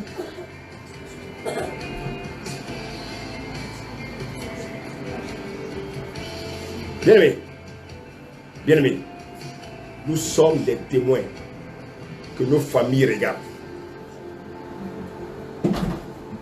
Quand on est nouveau converti, bien-aimé, c'est des choses qu'on peut ne pas comprendre. C'est vrai parce qu'il y a la chair, ça tiraille, ça tiraille. Mais quand tu sors de Gethsémane, tu dois comprendre que toi et tes parents n'avaient pas le même langage. Alléluia. Alléluia. Amen. Donc toi, tu dois commencer maintenant à t'abaisser. Ils vont croire qu'ils t'écrasent. Mais toi, tu cherches ce que tu veux. Dis Amen. Qu'est-ce que moi j'ai pas entendu dans ma famille? Mais il ne faut pas comprendre. J'ai au moins 3 sœurs aujourd'hui qui suivent les messages. Et bien m'envoient des messages. Ah, vraiment Dieu t'utilise. Mais ce que tu as dit là, c'est vrai. Alléluia. Et je leur envoie des messages pour les fortifier. Je dis, je vous aime, je vous aime.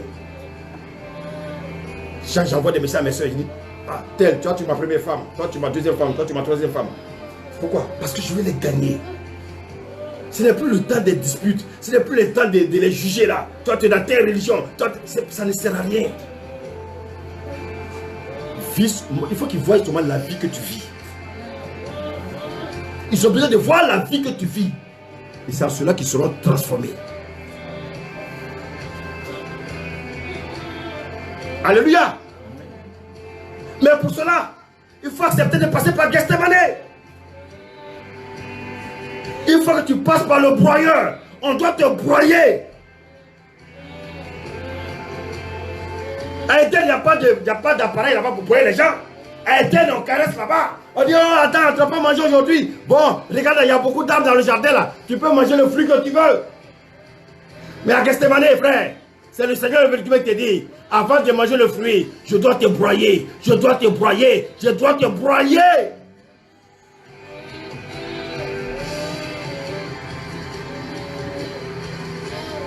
Alléluia.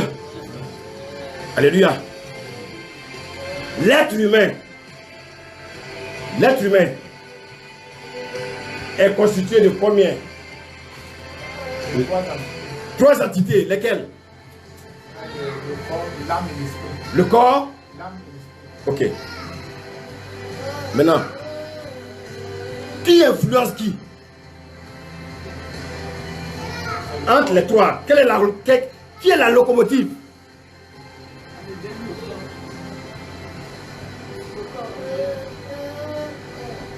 Qui est la locomotive qui tire les deux autres?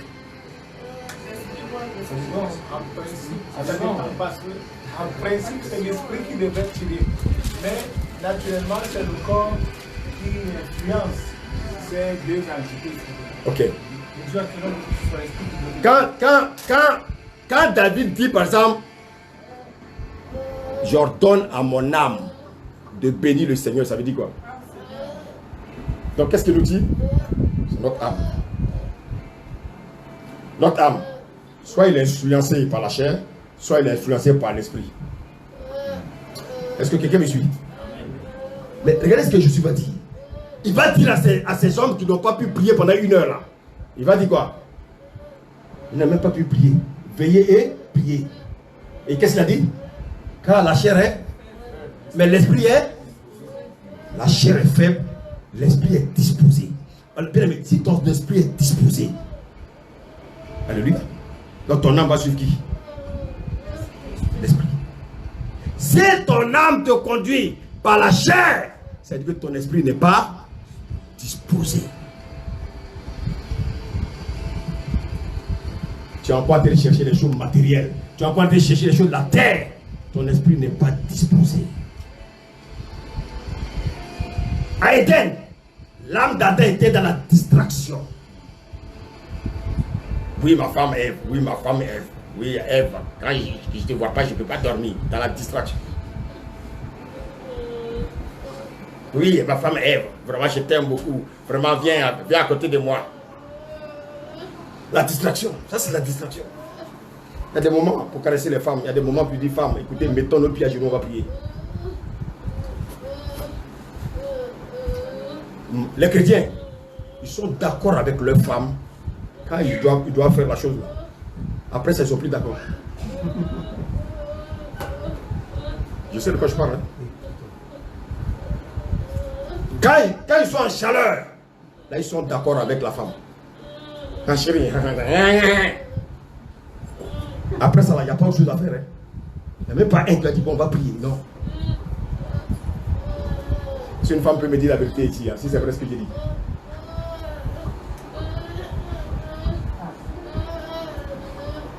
Alléluia. Ah, il n'y a pas d'amen, c'est pas grave. Il n'y a pas un qui va dire bon chérie, aujourd'hui on va prier. Les prières des chrétiens, c'est quoi? Seigneur, merci. Vraiment, mon ventre va être plein. Merci beaucoup pour le repas que tu m'as donné. Oh Jésus, que demain encore ce repas soit dans mon ventre. Ça, c'est les prières des grâces là. Ça, c'est leurs prières. Mais le Père, la Mère, ça, c'est pas vos prières. Ah, Seigneur, merci. Vraiment, mon ventre a été plein. Vraiment, Seigneur, je prie que demain encore, et tu doubles le repas.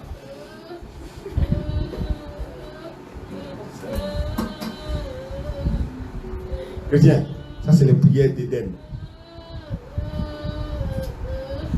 Alléluia. C'est les prières qui se font à Éden. Si quelqu'un me suit. Amen. Alléluia. Amen. Dans le jardin de Gethsemane, l'âme du dernier Adam a été triste. C'est écrit, non? On dit quoi? Que Jésus s'est senti attristé. Son âme a été triste. Non, l'esprit ne peut pas être attristé. C'est toujours l'âme qui est attristé. Alléluia. Il a dit, Seigneur, si celle que pouvait s'éloigner de moi. Le Seigneur dit, jusqu'à la mort. Le Seigneur dit, jusqu'à la mort. Alléluia.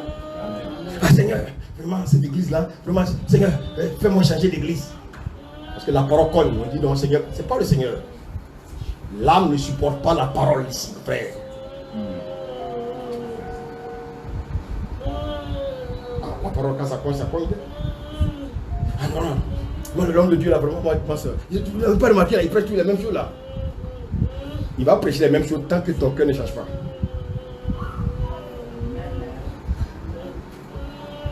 Oh oh. Est-ce que vous me suivez? La chair va te dire, oui, Seigneur, trouve-moi un autre travail. Parce que mon patron, là, quand le patron est trop dur, on veut fuir le travail. On dit, le Seigneur, trouve-moi un autre travail. C'est ce qui s'est passé à Gethsemane. Seigneur, est-ce que ce travail-là, je vais aller chez tel... Seigneur, le Seigneur dit, non, non, là où tu es là, c'est bon. Tu as un patron qui te corrige. Quand tu arrives en retard, 1 minute, dis bon, venez noter. Écris.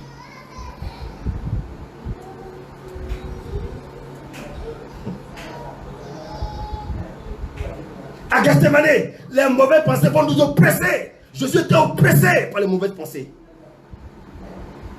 Le Seigneur dit, tu vas boire cette coupe.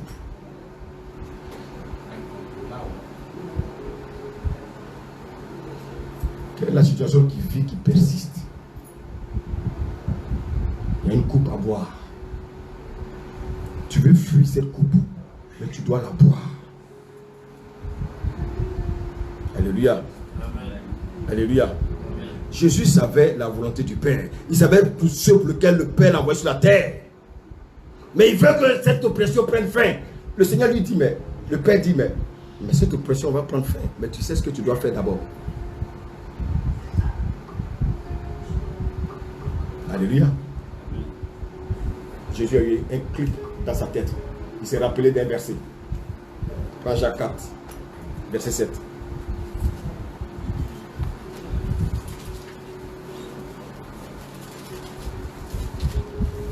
Jacques 4, verset 7.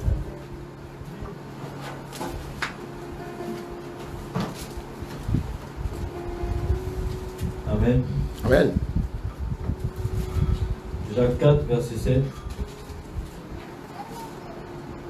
Soumettez-vous donc à Dieu. Soumettez-vous donc à Dieu. Résistez au diable. Résistez au diable. Et il fuira loin de vous. Ah! Donc qu'est-ce qui s'est passé? Qu'est-ce que Jésus a fait? Il s'est soumis à Dieu. En se soumettant à Dieu, ça veut dire quoi? Il s'est soumis à la volonté de Dieu. Quand il s'est soumis à la volonté de Dieu, alléluia, l'oppression maintenant va le quitter. Tant que tu ne fais pas la volonté de Dieu, l'oppression ne peut pas te quitter. Pourquoi beaucoup de vous souffrez? Vous souffrez parce qu'il y a une chose que Dieu vous demande que vous ne voulez pas faire.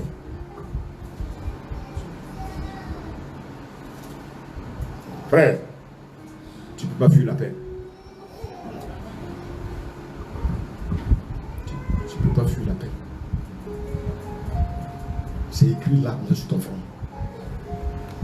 C'est à toi de te soumettre à ce que Dieu veut.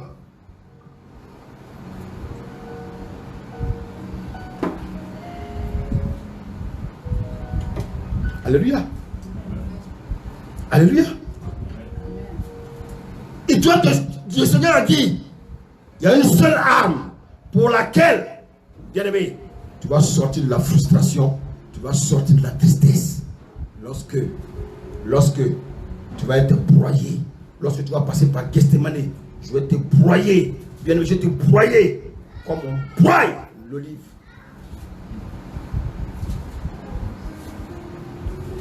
Maintenant, regardez bien ce qu'il nous dit dans Philippiens 4, verset 2.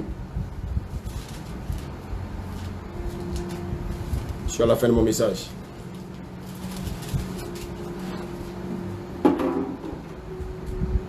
Amen. Amen. Philippiens 4 au verset 2. Oui. J'exhorte Évodie et j'exhorte Saint-Tige à être d'un même sentiment dans le Seigneur. Et toi aussi, fidèle collègue, oui, je te prie de les aider, elles qui ont combattu pour l'évangile avec moi, et avec Clément et mes autres compagnons d'œuvre, dont les noms sont dans le livre de vie. Verset 4. Oui, termine là, oui, vas-y. Réjouissez-vous toujours dans le Seigneur, Oui. je le répète, Oui. réjouissez-vous. Oui, Que votre douceur soit connue de tous les hommes, oui, le Seigneur est proche. oui, Ne vous inquiétez de rien, oui, mais en toute chose, Oui. faites connaître vos besoins à Dieu par des prières Oui. et des supplications Oui. avec des actions de grâce. avec tes actions de grâce. Vous savez, on ne peut qu'avoir la paix du Seigneur lorsque nous faisons sa volonté. Alors maintenant, regardez bien l'histoire des vierges folles par rapport à Gethsémani. Je vous ai dit tout à l'heure que si les vierges sages ont dit, nous ne pouvons pas vous donner de notre huile, ce n'est pas parce qu'elles ne voulaient pas, mais c'est parce qu'elles ne pouvaient pas. Vous savez, le passage à Gethsémani est obligatoire pour tout le monde. Moi, je ne peux pas passer à Gethsémani pour toi. Jésus est passé à Gethsémani pour lui. Toi aussi, tu dois passer à Gethsémani. Mais c'est ce Gethsémani-là que nous fuyons. Alléluia. Ça veut dire quoi, bien-aimé? Passer à Gethsémani. Quand ils ont dit aux femmes, on ne peut pas vous passer votre huile. Quel conseil ils ont donné aux femmes là? Folle. D'aller où? Chez les vendeurs. Je vous pose la question. Pourquoi ils demandent d'aller chez les vendeurs? Est-ce qu'on vend l'huile?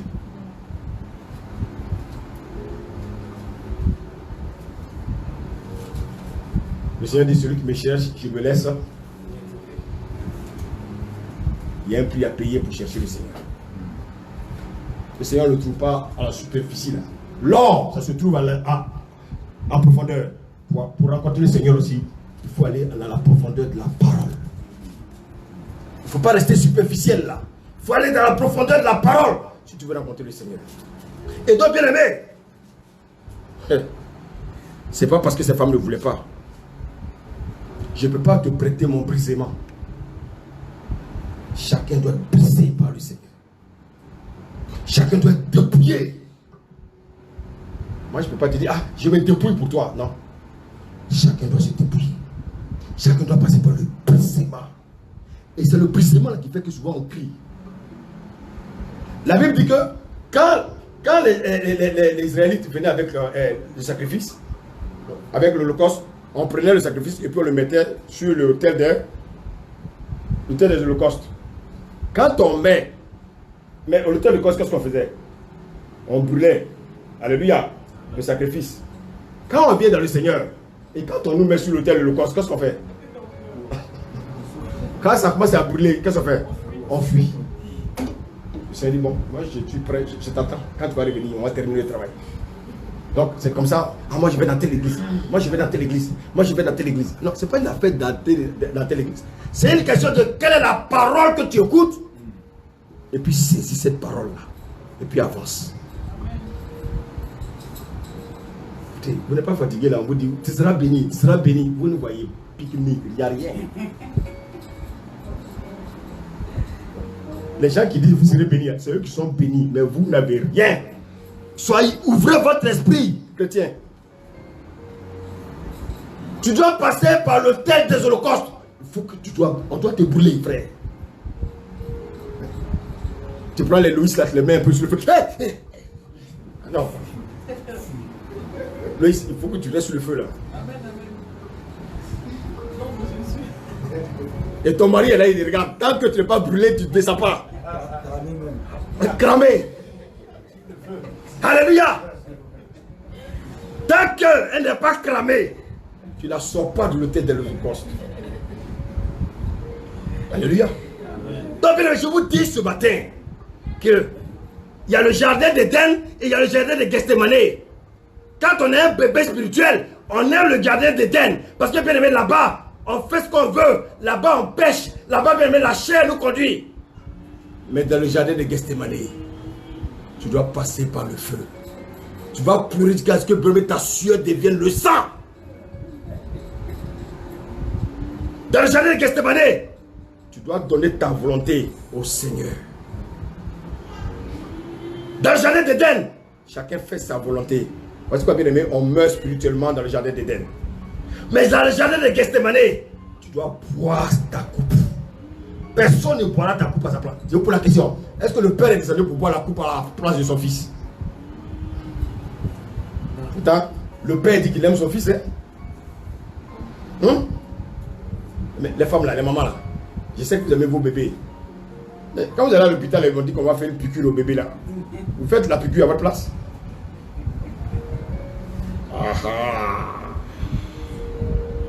Bien aimé, j'ai dit, tu dois sortir d'Éden pour aller au jardin de Gethsemane. Longtemps tu as bu le lait maternel, là, ça suffit. Il te faut maintenant le lait spirituel. Et le lait spirituel, tu dois la boire. Tu dois la boire. On doit te broyer. Comme on boit l'olive. Comme Jésus a été broyé. Et bien aimé, à la place de la sueur, on a vu les grumeaux de sang. Tu peux continuer à être bien aimé, à pleurer, pleurer. Dieu ne regarde pas aux larmes. Dieu n'a pas regardé les larmes de Jésus. Jésus devait être broyé. À Éden, Adam voulait faire ce qu'il voulait, il a fait. À Éden, il a fait ce qu'il voulait. Il a mangé à l'arbre qui était interdit. Donc, vous voyez, à Éden, on désobéit à Dieu. Mais à Gethsemane, soit tu obéis à Dieu, soit tu meurs. À Éden, on meurt spirituellement. Mais bien, mais à Gethsemane, on meurt physiquement. Bien aimé, est-ce que tu vas rester à Éden? Tu vas continuer à rester à Éden? Ah oui, ah non, on va prêcher. Si on ne prêche pas, si on prêche trop dur, ils vont fuir. Ah, mais ce sont tes âmes alors. Des prédicateurs qui prennent les âmes de Dieu pour leur âme. Au lieu de sauver eux-mêmes leur propre âme. À Gethsemane, Dieu va t'apprendre à te soumettre à lui. À Gethsemane, il va envoyer un ange pour te fortifier. À Éden, il descend pour te sauver. Mais à Gethsemane, il ne descend pas. Tu dois boire la coupe. Tu dois boire la coupe. Et c'est cette coupe-là que les chrétiens ne veulent pas boire. Ils veulent des hommes de Dieu qui vont prier pour eux. Veillez des prières, veillez des prières. Oh, chasse, oh. Sors, démon. Oh, le démon sort. Tu as chassé les démons pendant 10 ans, ils ne sont pas encore sortis. Parce que tu ne veux pas passer par Gethsemane. Quand tu seras broyé, dis-moi, si on te broie, le démon se sera broyé. Alléluia. Bien aimé, je ne peux pas te céder ma souffrance. Toi, tu ne peux pas me céder ta souffrance. Donc, les femmes qui avaient l'huile, elles ne pouvaient pas donner l'huile. Pas parce qu'elles ne voulaient pas, parce qu'elles ne pouvaient pas. Bien aimé, je ne peux pas te donner ma consécration. Je ne peux pas te donner ma vie de sanctification. Chacun doit vivre sa vie de sanctification. La sanctification, ça ne se partage pas. La sanctification, c'est individuel. Alléluia. Alléluia. Alléluia. Alléluia. Bien aimé, à un moment donné, le Seigneur va te demander des choses. Dieu va te demander d'offrir ton corps comme un sacrifice. Dieu veut que tu t'abandonnes à lui. Dieu veut t'utiliser. C'est le meilleur culte que Dieu te demande. Bien aimé, maintenant regardez, on va terminer par là. On revient dans Matthieu 25.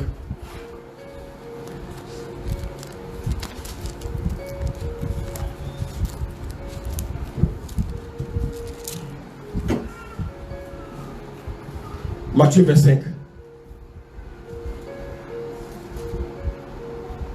Donc au verset, disons d'abord le verset le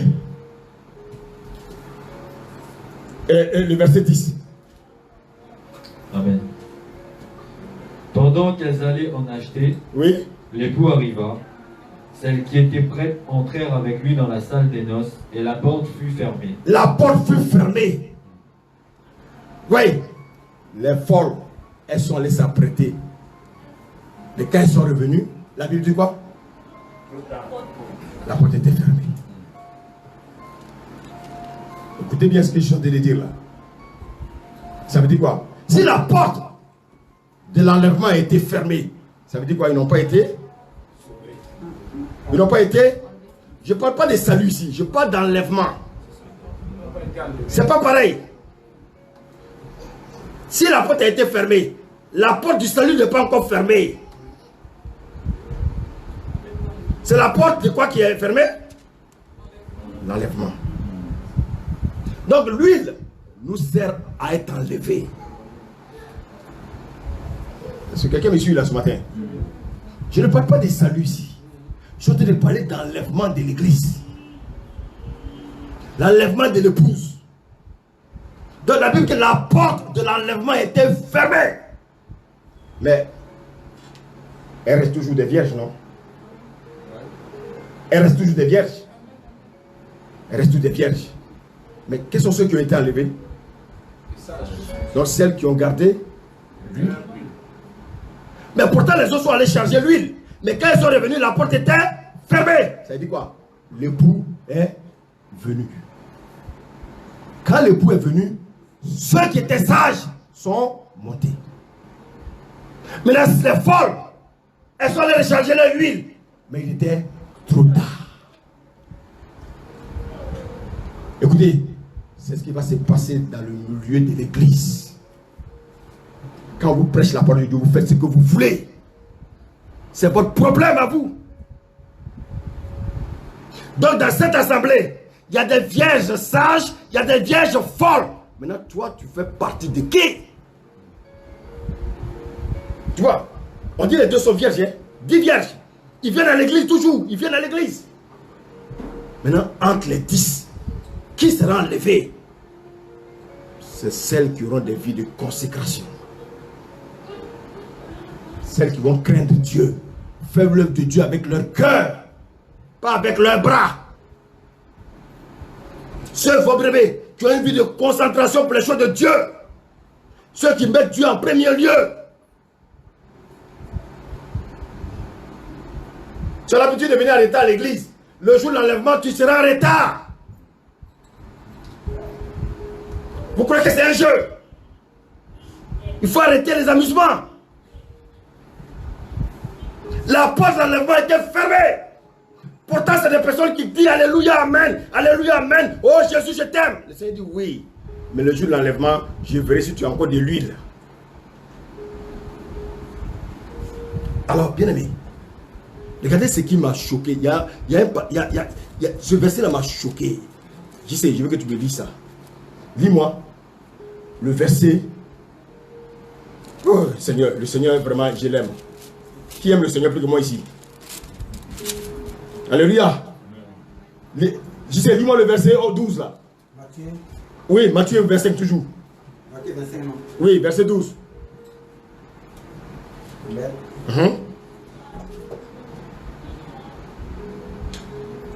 Matthieu 25, verset 12. Je lis la parole. Amen. En répandant ce parfum sur mon corps, elle l'a fait pour ma... Non, 25, regarde à côté. 25. Ah ouais. Voilà. Lui-même à partir du verset 11. Verset 11. Plus tard. Plus tard. Les autres vierges. Plus tard. Vous avez compris? Plus tard. Alléluia. Plus tard. Pendant que tu es dans la voiture en train de venir à l'église, le Seigneur est passé, il a pris ses enfants qui sont venus le matin très tôt. C'est fermé. L'enlèvement. Mais tu viens, l'église est vide. Mais où sont les frères? Tu vas peut-être trouver un deux là. Mais ils ne sont pas venus ce matin. Non, ils sont partis. Écoutez, est-ce que vous prenez conscience de ce que je vous dis là? Vous croyez que je suis là pour vous flatter? Si vous ne voulez pas mettre de l'ordre dans vos vies, ce n'est pas quelqu'un qui va mettre de l'ordre dans vos vies. Si vous ne pouvez pas bien aimer vous consacrer pour les choses de Dieu, que vous prenez les choses de Dieu à l'amusement, moi je prêche. Paul a dit, je traite durement mon corps. Mais le grand Paul lui-même, il dit traite durement son corps. Et puis nous on s'amuse à l'œuvre de Dieu. Ah non, le bébé il a trop dormi, non, on n'a pas pu se réveiller tôt. Ah oui, ça c'est la distraction. Ça c'est la distraction. Le bébé il a dormi, mais quand on va au travail, on arrive à l'heure. La Bible dit la porte de l'enlèvement était fermée. Maintenant, relis, continue la lecture, s'il te plaît. Verset 11.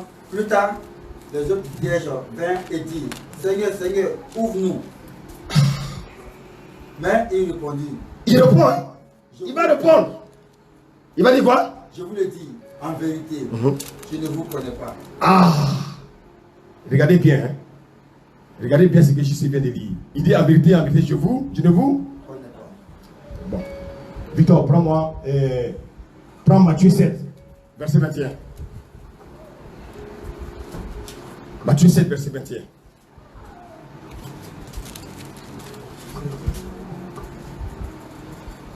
Il est écrit, ceux qui me disent Seigneur, Seigneur, Oui.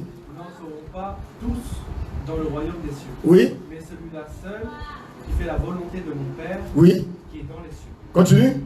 Plusieurs me diront en ce jour-là, Seigneur, Seigneur, n'avons-nous pas prophétisé par ton nom? Oui. N'avons-nous pas chassé des démons par ton nom? Oui. Et n'avons-nous pas fait beaucoup de miracles par ton nom? Oui. Alors, je leur dirai ouvertement, Oui.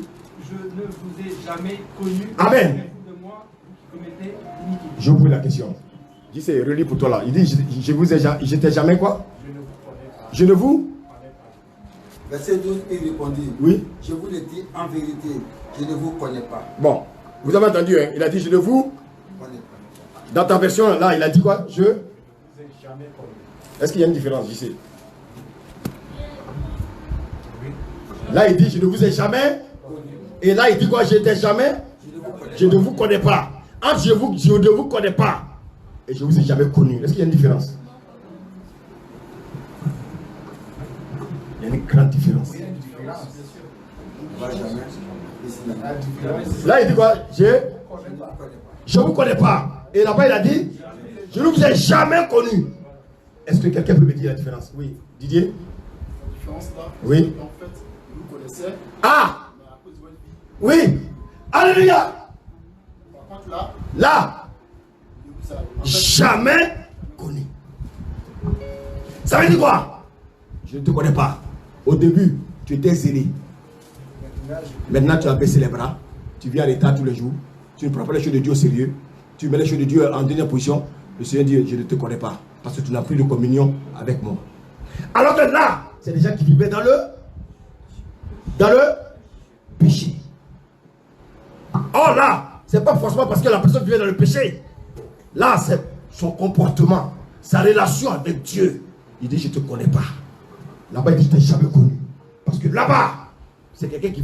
Le péché était en lui. Il vivait dans le péché. L'état était à l'église. Il vit dans le péché.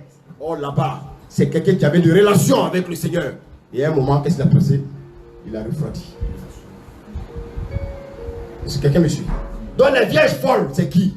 Les vierges folles, c'est celles-là qui vont rater l'enlèvement. Alléluia. Alléluia.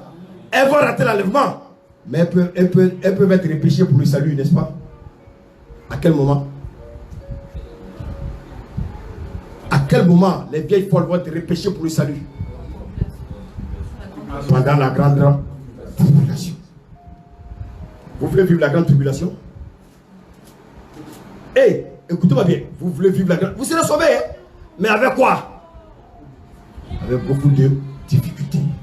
Vous serez décapités. Vous ne pourrez plus dire le nom de Jésus.